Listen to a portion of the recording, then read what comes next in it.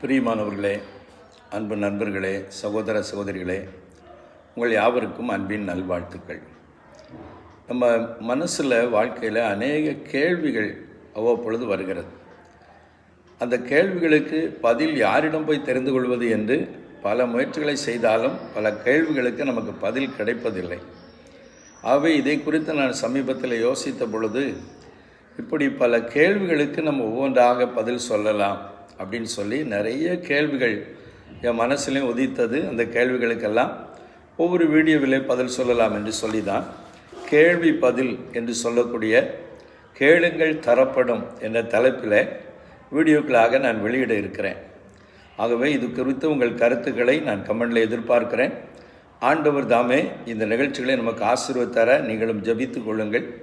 எதை செய்தாலும் ஆண்டவருடைய நாமம் மகிமைப்படணும், ஒரு 4 பேருக்கு பிரயோஜனமாக இருக்கணும்.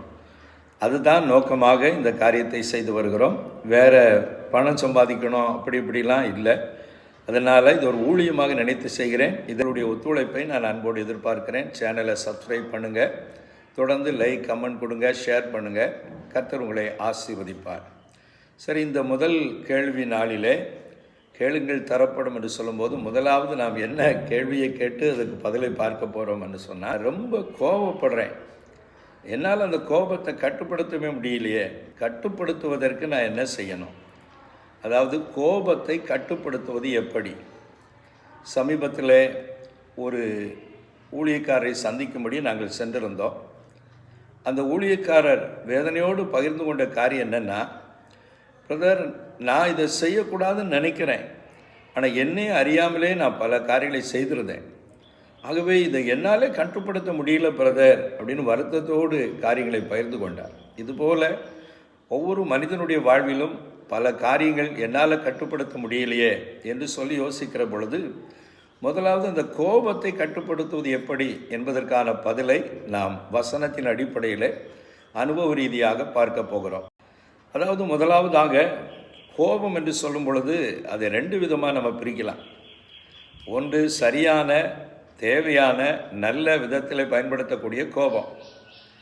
இன்னொன்று தேவையில்லாத தவறான விதத்தில் நமக்கு ஆபத்துகளையும் வேதனைகளை கொண்டு வரக்கூடிய விதத்தில் வரக்கூடிய கோபம். 2 விதமாக பிரிக்கலாம். ஒன்று சரியான கோபம், இன்னொன்று தவறான கோபம். சரியான கோபம் அப்படின்னு சொன்னால், ஒரு முதலாளி இருக்கிறார், வேலைக்காரன் ஒழுங்காக வேலை செய்ய மாட்டேங்கிறான், ஏமாத்துறான். ஆனால் அவன் ஏமாத்துறான் தெரிஞ்சாலும் அவனை என்ன செய்கிறது அப்படின்னு சொல்லும்போது முதலாளிக்கு கோபம் வருது. அப்போ முதலாளி ராசா நீ இப்படியே வேலை செய்ய அப்படின்னு சொல்ல முடியுமா? அப்போ முதலாளினா இந்த வேலைக்காரன் ஒழுங்காக வேலை செய்யலைன்னா கோவப்படத்தான் செய்வார். அவள் கோவப்பட்டால் தான் முதலாளி சத்தம் போடுவார்னா ஒழுங்காக வேலை பார்ப்பான்.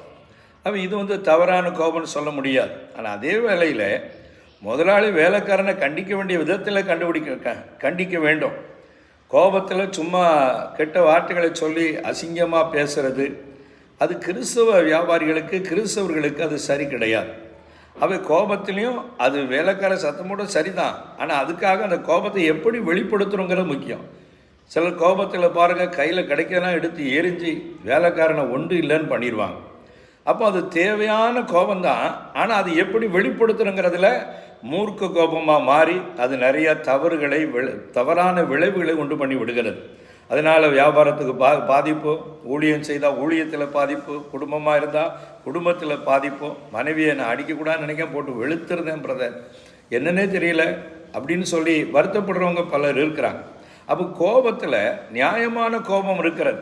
அவை நீங்கள் கோபத்தை கட்டுப்படுத்தணும்னா முதல்ல உங்கள் கோபம் நியாயமானு பாருங்கள், அந்த கோபத்தை எப்படி வெளிப்படுத்துறீங்கிறதையும் பாருங்கள். அவே நீங்கள் தவறான விதத்தில் கோபத்தை வெளிப்படுத்தினா அதனுடைய பின்விளைவுகள் பயங்கரமாக இருக்கும்.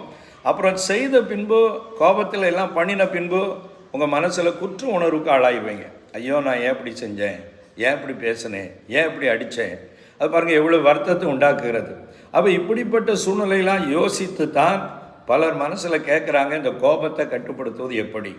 இப்போ நம்ம 3 விதமாக இந்த காரியத்துக்கு பதிலை பார்க்கலாம். கோபத்தை கட்டுப்படுத்துவது எப்படி என்பதற்கு முதல்ல பாருங்கள், அறிவியல் ரீதியாக நம்ம பதிலை பார்ப்போம்.